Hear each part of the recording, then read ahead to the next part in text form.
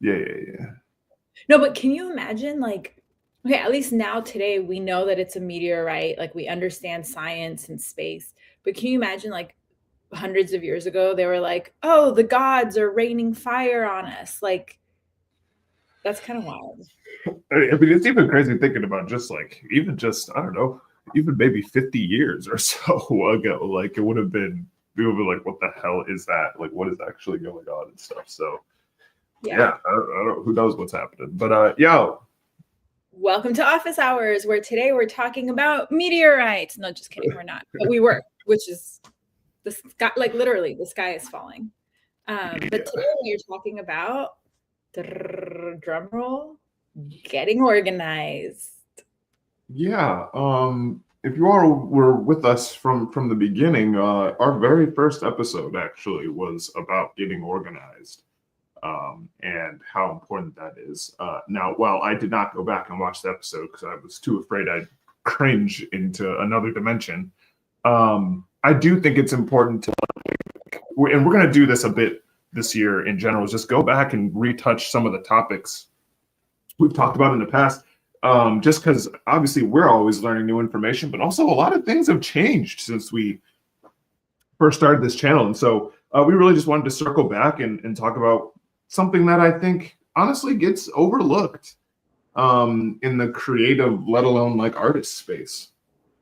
Yeah, you know what the other part of this too is, like, I think we think that once you learn something once, you just know it and have to do it.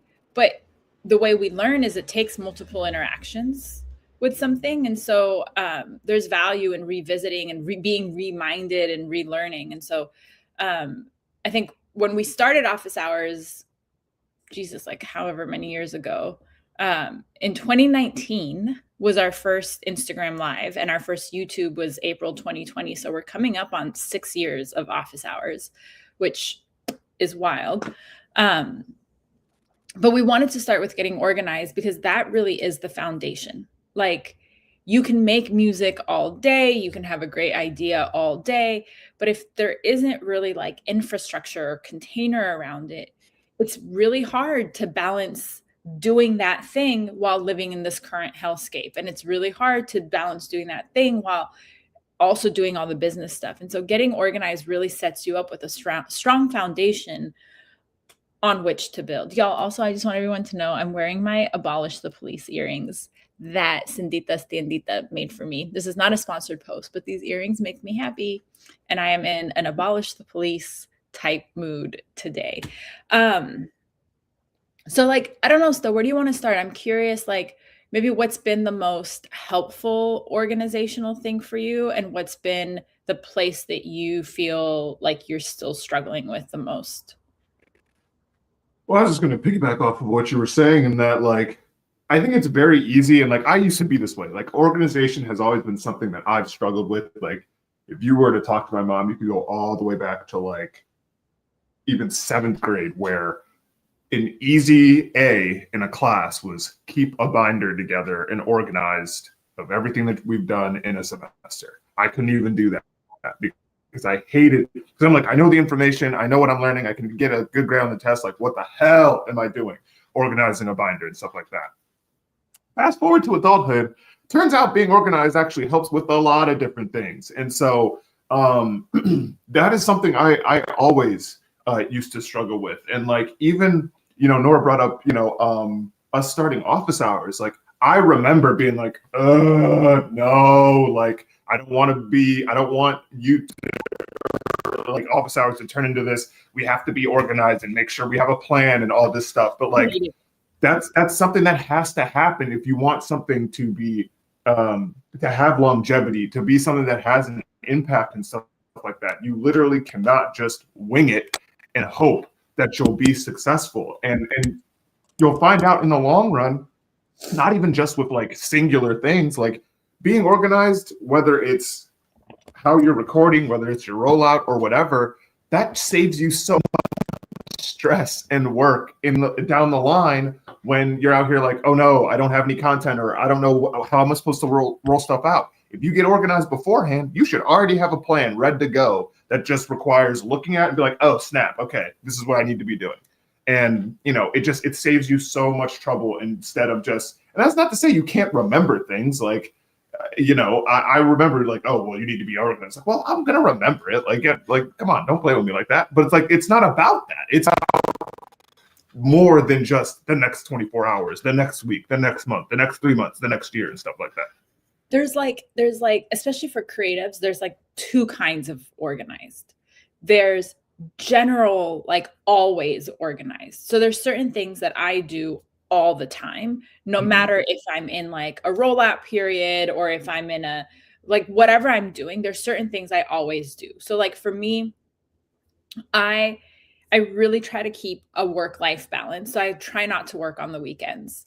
If I'm with someone, I really try to be present with them. But like sometimes that's when you get the best ideas, or you're like, oh shit, I have to do that. So I have made it a habit when those things come up, I set it as a calendar item on my phone for Mondays. So like my week starts on Mondays. And that way I don't lose the thing I want to remember, but it has a place to go and I don't have to keep it in my brain. So it lets me rest better. It lets me be present better.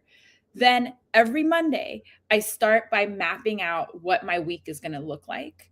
And I make a very long to-do list based on all the categories of my life. Because if you're like me, you have different projects, right? There's personal things, there's your day job, there's the animals, there's this artist and that artist, this project. So, and the reason this like main to-do list helps is because then things don't get lost. Because every Monday I look at this list, but I go back and look at my list from the week before, and I go back and look at my list from 2 weeks before, so that nothing falls through the cracks. And I have a built-in system that says, okay, 2 weeks ago I sent this person an email. They haven't sent me a follow-up, so now I have to follow up. So I don't have to hold that stuff in my memory. I don't have to put a lot of energy to it. It's already systematized. And for me, I like to use, y'all, like you can see like all my journals, like I like to use pen and paper and analog, but build out whatever system works for you. But this way, this to me is like big picture organization. I do this every week. I do this every month. I look at the month ahead so that nothing falls through the cracks. And then on top of that, when there's like a project that needs my attention, then that project gets Serial Sensei's here. Hello, friend. Then that project gets its own organization. But I think for a lot of us, like being organized is hard, not because we don't have the skills or we don't know how, but it ties into like the procrastination. It ties into some self-sabotage. So if you build organization as a skill that has no, like on a regular Monday, whether or not I get organized or not, there's no weight to it. There's no like pressure to it. It becomes automatic so that when being organized really matters, I'm already in that flow and my brain isn't panicking or freaking out. It's something my brain is already familiar with. Serial Sensei says, I have to keep all my stuff on sticky notes so I don't forget. So part of it is like finding what works for you, but having some kind of system that you do regularly, because things fall through the cracks. We've got so many projects going on. I wonder if I can, while Sto is talking, I wonder if I can show y'all like what one of my things looks like. Yeah, it really is about finding what works for you. This entire bin here is filled with notepads from over the years of my many to-do lists. There's at least 2, 3, 4, 5, 6. There's like 10 notepads of me just, this is all just to-do lists.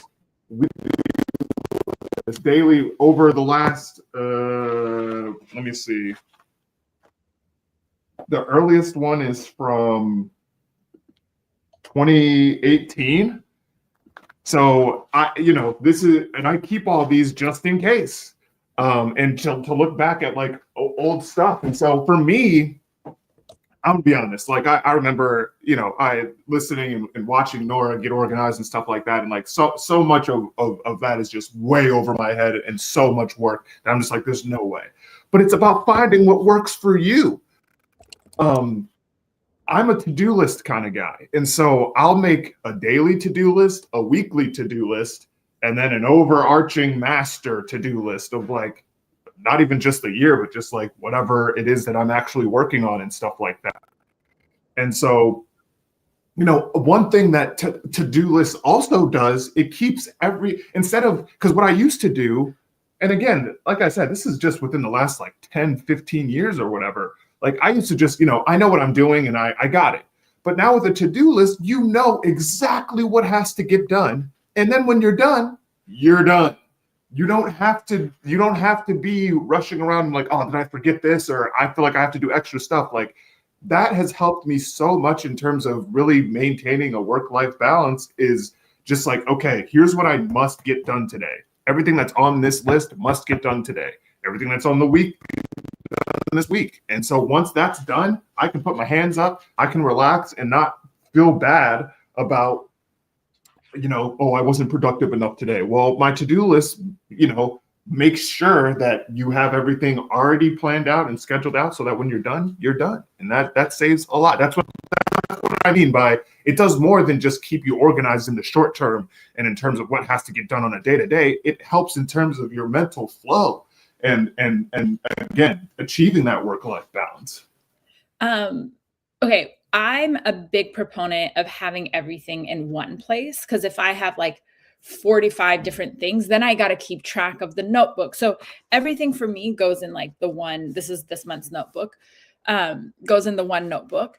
I'm also a really big proponent of like, because I get a to-do list can get overwhelming, but the checking off of things, like our brain loves a dopamine hit. It gives us that same like serotonin as when someone likes your post, or like it doesn't know the difference. And so building in, as you're getting organized, like building in rewards for yourself make you want to check off the list, make you want to, but sometimes you're having a rough day, like, or things just aren't hitting the way you want it to hit. And on those days, I really recommend you do a things I got done list.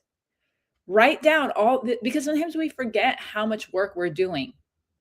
I fed the dog. I took him for a walk when it was really cold outside. I made breakfast. I responded to 26 text messages. I engaged with people on Insta, like these little things that we do that require energetic output.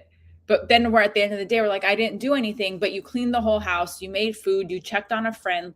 Write those things down also, because that like the affirmation is really, really, I think is really helpful. Because our brains like it, and then they seek it more, and they're like, oh, if I do these things on my to-do list, boom. The other thing that's really helpful is sometimes we like it's hard to get started, like the transition is hard. And so have some kind of ritual or marker, especially for those of us who work from home, have some kind of ritual or marker that transitions you from like, oh, I'm on my computer for fun to now I'm going to be on my computer for work. What is that for you? Because again, the brain is like, well, we're just having fun, so why would I do work right now? Right. For me, like I'll write a few lines in my journal that lets my brain know it's time to get into work mode, and that helps me transition. For you, it might be after you take a shower, you start work, or you eat breakfast and then you start work, or in the evenings, you're going to walk the dog and then start work, like whatever it is. And sometimes it could be as simple as I'm going to get up and grab my computer. Right. I'm going to get up and plug it in. Like, but really having those transitional moments, because for many of us, that's the hardest thing. And then the other thing is you don't have to work alone. For those of you who read my newsletter, I just wrote about how solopreneurship is a scam. It's not real. Like we don't become successful alone. None of us do it by ourselves. And so is it body doubling? Is it coming to co-working? Is it asking a friend to be like, hey, can we get on Zoom and work together? Like, y'all know I fucking hate my website. I don't believe in websites. I don't want to do it, but I'm working on one. And the only way I'm getting my website done, and shout out to Elise, is my homegirl and I meet every week and we co-work. and she'll be on Zoom and I'll be on Zoom and she works on her thing. And my brain is like, okay, this time with Elise is my website time.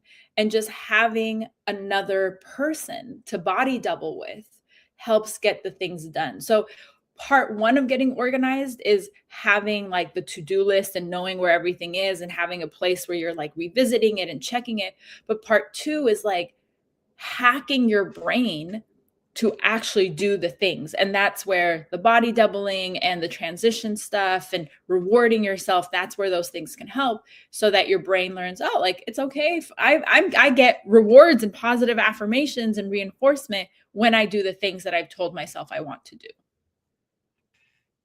Exactly. And again, it really is about the act of simply checking stuff off really does provide like a hit for you. And and it just kind of snowballs from there. My whole my I guess way I get started, because I have those times too where I'm just like, oh, I don't want to do anything.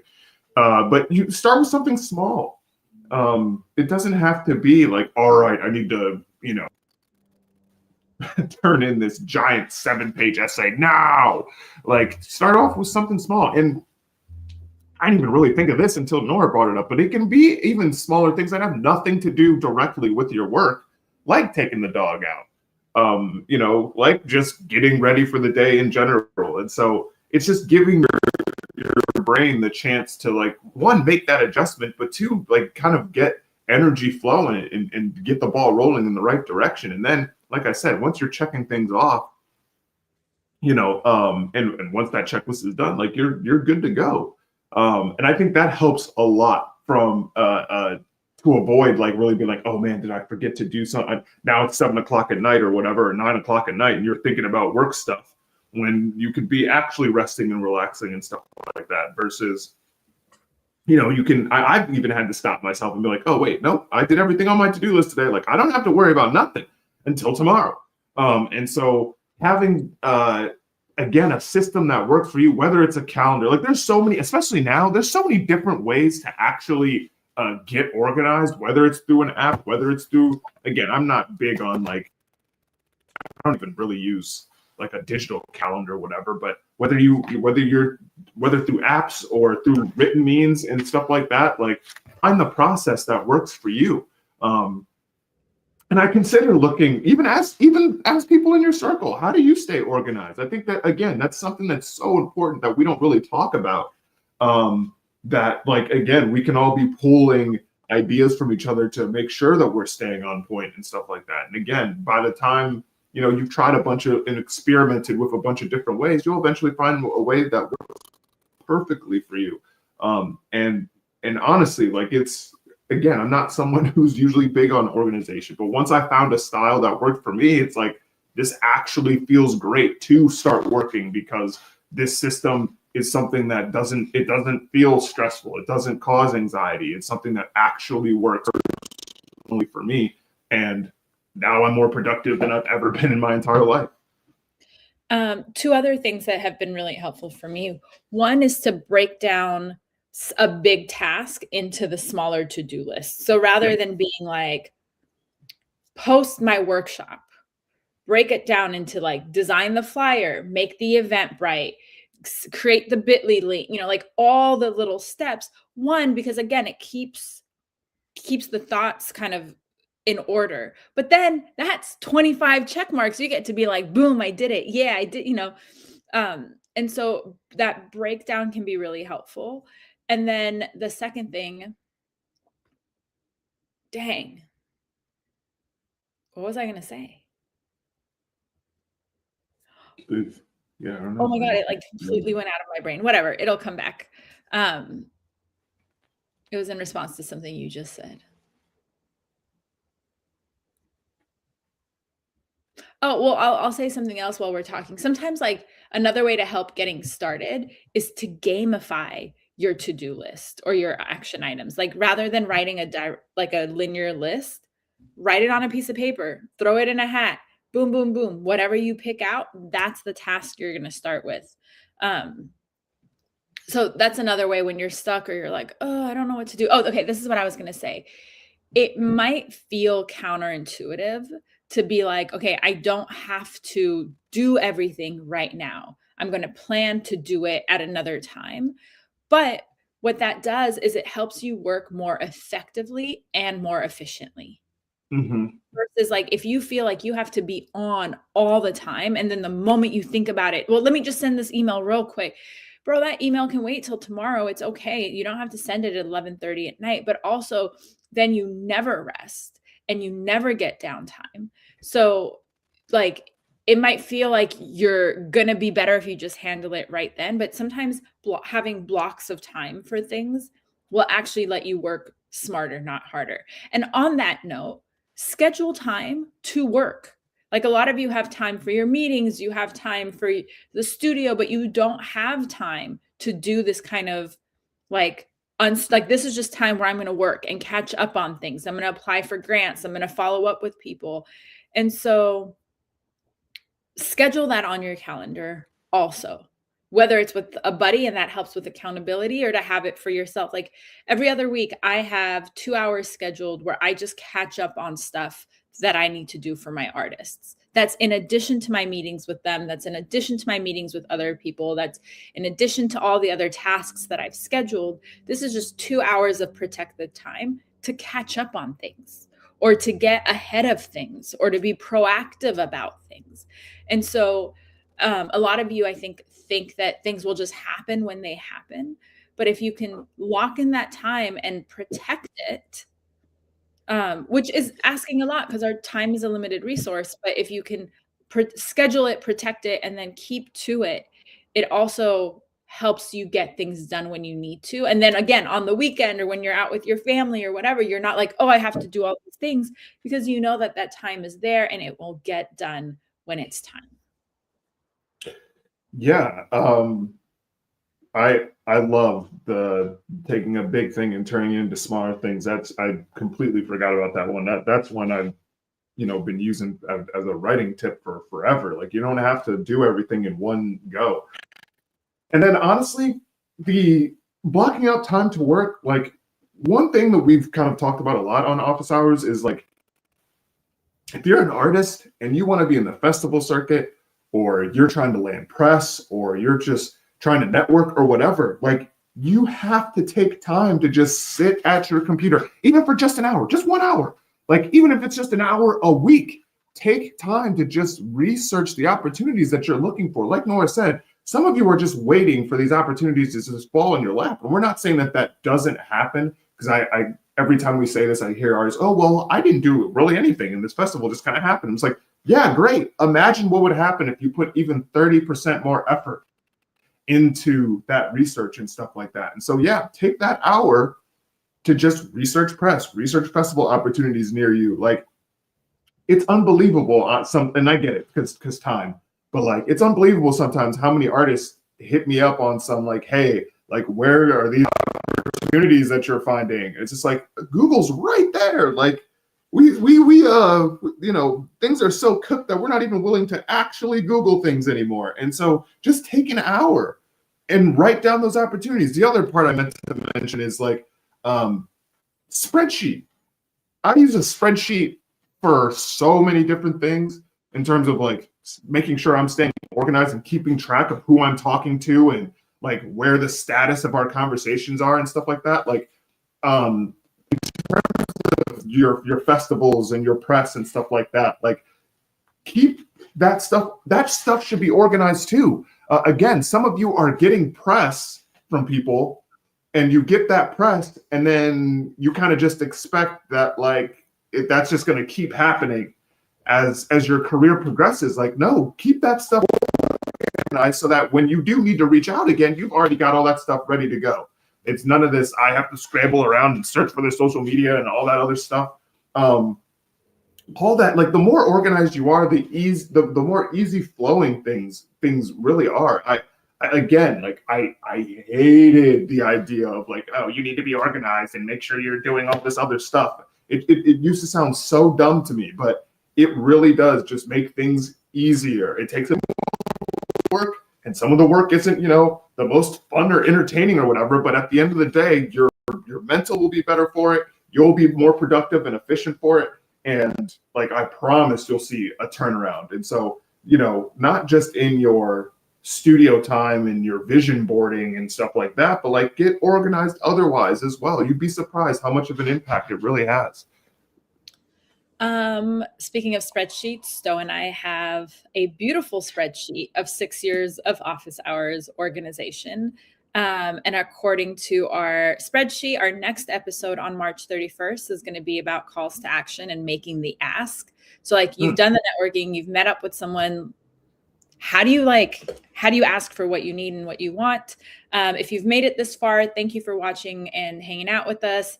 If you've got it and you want to send us a tip or a donation, Sto and I do this for the love, but you know, we also need to survive capitalism. So the Cash App and the Venmo are all in the details. You've also seen it throughout this episode. That gets split between me and Sto fairly and evenly.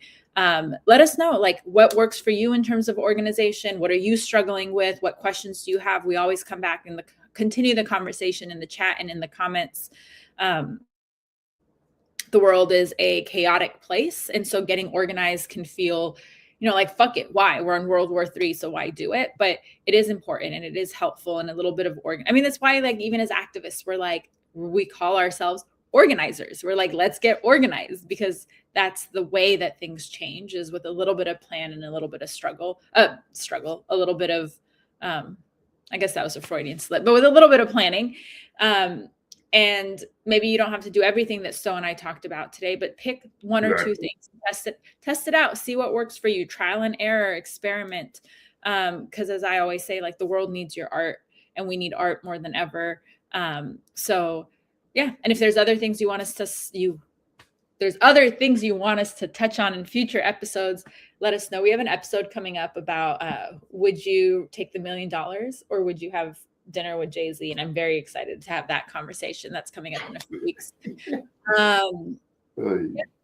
Sto, take us out. Yeah, we appreciate you all for hanging out with us. Make sure to leave that like for us. It really helps us in the algorithm and getting in front of people who also need this information. Go back and watch the previous 102 episodes. Share them with your friends. Put them in your group chats with other creatives and stuff like that.